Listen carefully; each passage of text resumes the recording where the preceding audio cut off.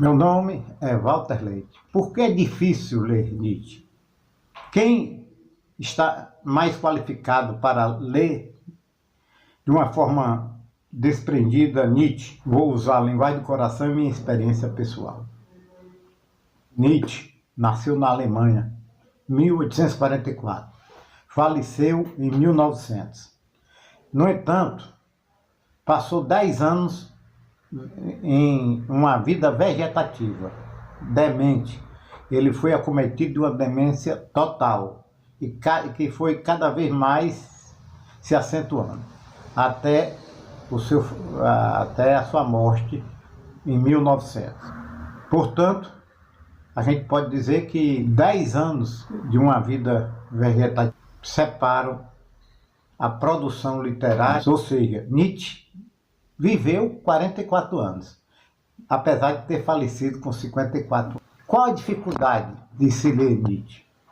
Quem tem mais dificuldade? E aonde reside essa dificuldade? Claro que eu vou trazer a minha opinião pessoal.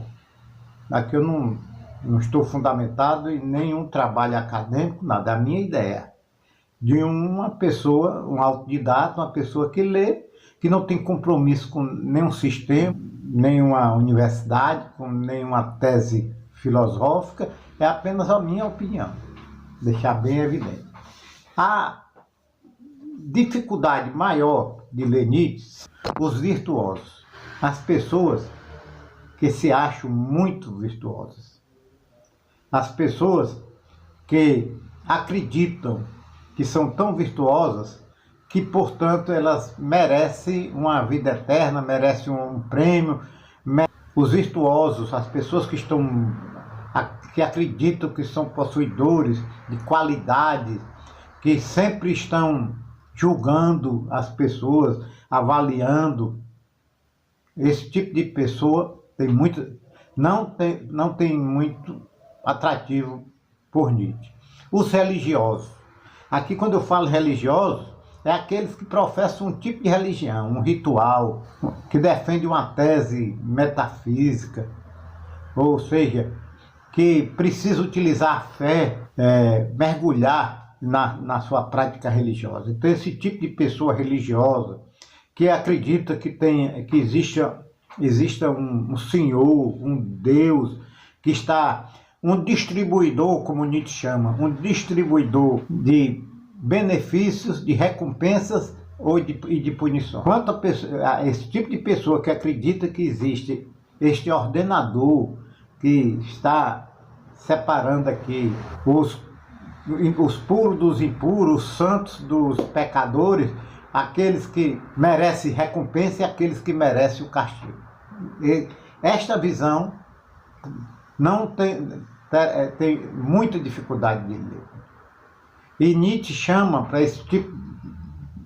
O Nietzsche usou um termo muito interessante. Nietzsche usou um termo que é o niilismo, que significa um vazio absoluto, total, mas para Nietzsche é esse tipo de pessoa que professa uma fé, que acredita num ordenador de benefício, de recompensa,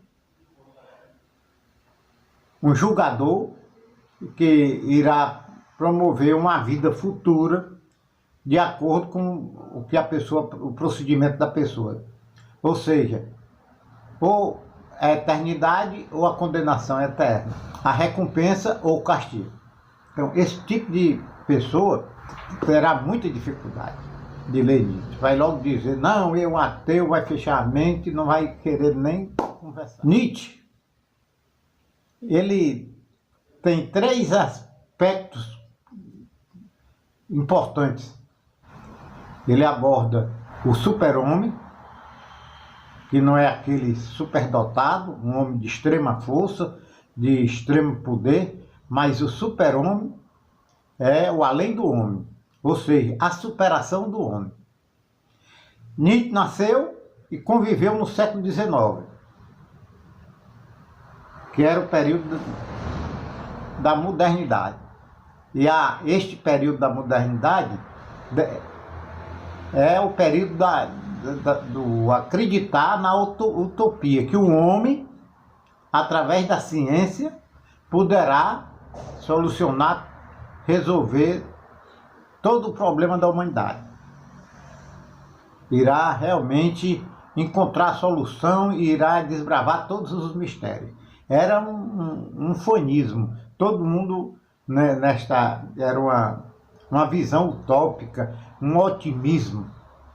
E Nietzsche bateu muito de frente com esta ideia moderna. É por isso que tem quem diz que Nietzsche inaugurou, vamos dizer assim, a pós-modernidade, que demonstra uma insatisfação com os anseios da modernidade,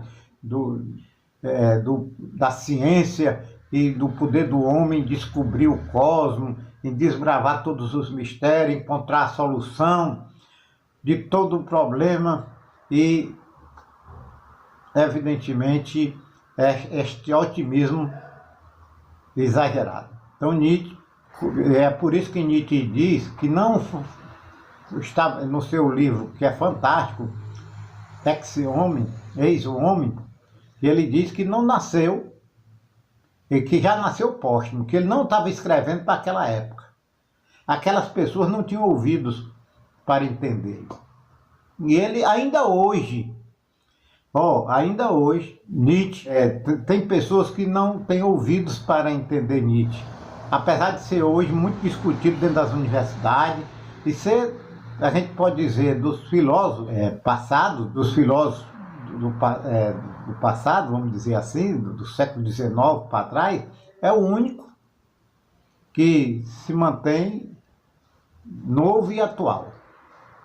Os outros são estudados como referência da história da filosofia. Mas Nietzsche está sendo hoje debatido e é super atual. Então, o super-homem, portanto, o super-homem de Nietzsche, se traduzido como além do homem, é um homem a ser superado. Mas que tipo de homem Nietzsche queria superar? Nietzsche era desgostoso com o homem da sua época, com o homem antigo e com o homem da sua época. Por que Nietzsche era desgostoso? Porque era um homem medroso, era um homem dirigido pelo medo, um homem que tinha medo do inferno, medo da condenação eterna, vivia preso nos dogmas, vivia agarrado ao niilismo. Então, esse tipo de homem que deve ser superado, que não tinha ousadia, e é por isso que Nietzsche disse, eu não sou um filósofo agradável. Eu sou um filósofo do martelo, eu sou uma dinamite, ele dizia. Então, ele dinamitava tudo, todos os falsos valores, etc. Então, esse é o primeiro ponto. O super-homem era um homem que não precisava mais de muletas metafísicas, um homem que não precisava mais se esconder atrás de Deus, atrás da virtude, atrás de alguma santidade, um homem livre, liberto, que não está dependendo de tradição, cultura, opinião de outros, guru, mestres, orientadores.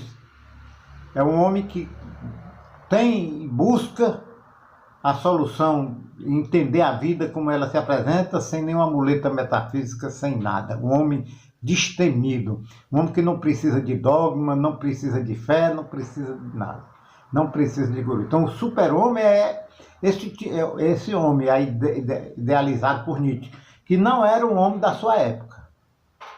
Ele olhou. Então esse é o primeiro ponto que a gente tem a mensagem de Nietzsche, quer dizer, o Zaratustra não é o super-homem, tampouco Nietzsche é o super-homem, e tampouco Nietzsche é o Zaratustra. Então, o Zaratustra é um personagem criado por Nietzsche, que também, apesar de ser o nome do fundador do zoroastrismo, eu acredito que o Zaratustra de Nietzsche nada tem a ver com aquele da história, que Nietzsche era um contestador da religião, Então, nesse ponto é entender isso. O segundo aspecto é o que Nietzsche diz que em 1881 ele teve 81 e 83, se não me falha o espírito, que Nietzsche teve um despertar e ele teve uma visão sobre o eterno retorno. É claro que eu não vou entrar aqui e aprofundar a tese do eterno retorno. Eu vou falar de uma forma ou outra bem simples, direto. O eterno retorno é de que o homem ele irá viver, cada momento da sua vida é sempre. Então ele diz assim, eu vejo mais o eterno retorno como um método de autoavaliação, como uma fundamentação da moral. Apesar de Nietzsche não defender nada disso, mas ele criou esse aspecto. O eterno retorno seria o quê? Seria um método para o homem avaliar sua conduta diante da vida. Porque Nietzsche diz no eterno retorno que a cada momento, cada dor, cada alegria, cada tristeza, cada decepção, cada prazer, cada agonia, a vida miserável, a vida plena, toda ela será vivida eternamente. Portanto, pensar bem o homem antes de praticar, que tipo de vida vai ter, porque já pensou? Se você, antes de cometer qualquer atitude, tem gente que pensa, só tem essa vida, eu posso fazer o que quero. Mas o Nietzsche está dizendo que se você fosse viver para sempre, sempre a mesma vida, do mesmo jeito, cada atitude sendo repetida, você pensaria duas vezes, teria extremo cuidado para escolher as suas ações. Então, esse é um ponto que eu vejo no eterno retorno, como uma avaliação ética, moral, que o homem pode, como o imperativo categórico de Kant, que diz que ao fazer qualquer atitude, ficar sabendo, pensando, de que esta atitude que ele vai fazer agora pode se tornar princípio de conduta para a humanidade. Então, você terá muito cuidado ao praticar, ao realizar qualquer atitude, porque seu princípio seria uma lei, um princípio de conduta para o homem, um modelo, um paradigma, um padrão. Então, o eterno retorno de Nietzsche seria esta forma de um homem saber de que ele vai viver para sempre, cada momento, cada alegria, cada dor. E o niilismo, que é justamente o homem que está agarrado à ideia de Deus, à ideia da religião, à ideia de uma utopia, à ideia de uma sociedade sem classe, à ideia de qualquer, seja ela qual for. Todo procedimento que mata o agora para buscar o benefício futuro, Nietzsche denominou de niilismo. Vocês podem perguntar, o político é niilista? O comunista, o socialista é niilista? É niilista. Por quê? Porque ele acredita que a revolução irá transformar a sociedade capitalista numa sociedade, num governo operário, numa sociedade sem classe. Então, está matando o agora pela ideia futura. O religioso, católico, seja ele qual for, aquele que acredita que quando morrer vai para o céu, e se ele for virtuoso, se ele for correto, praticar boas ações, então é um niilista também, porque ele está deixando de viver a vida aqui, está preocupado, sacrificando este mundo, que é o mundo das dores, por uma ideia de uma vida eterna num mundo pós-morte. Então, o niilismo é isso para Nietzsche. O Nietzsche, ele salienta que o homem não tem a eternidade, o homem tem o presente, o momento presente. O virtuoso deseja a eternidade, deseja a vida fora do tempo, a vida. E Nietzsche salienta que o homem só tem o presente, o eterno momento, este instante. Então, eis aí a dificuldade de se entender nisso, porque ele passou o machado, cortou, ele destruiu e destrói. E ele atingiu até a própria filosofia, porque ele cortou a metafísica, toda teoria filosófica, metafísica ele abole, está abolindo. As ideologias políticas também ele contesta, e as ideologias religiosas, as igrejas, os sacerdotes, que ele detestava, chamava de fraco, e a própria moral. Eu acho que a genealogia da moral, ele fala de que o conceito de bom, ruim, bom e mal, foi uma estratégia do fraco para dominar o forte. E aí vai. Agradeço a todos pela preferência. Se o amigo gostou, compartilhe, se inscreva no canal, acione o sino para receber vídeos novos e dê seu like.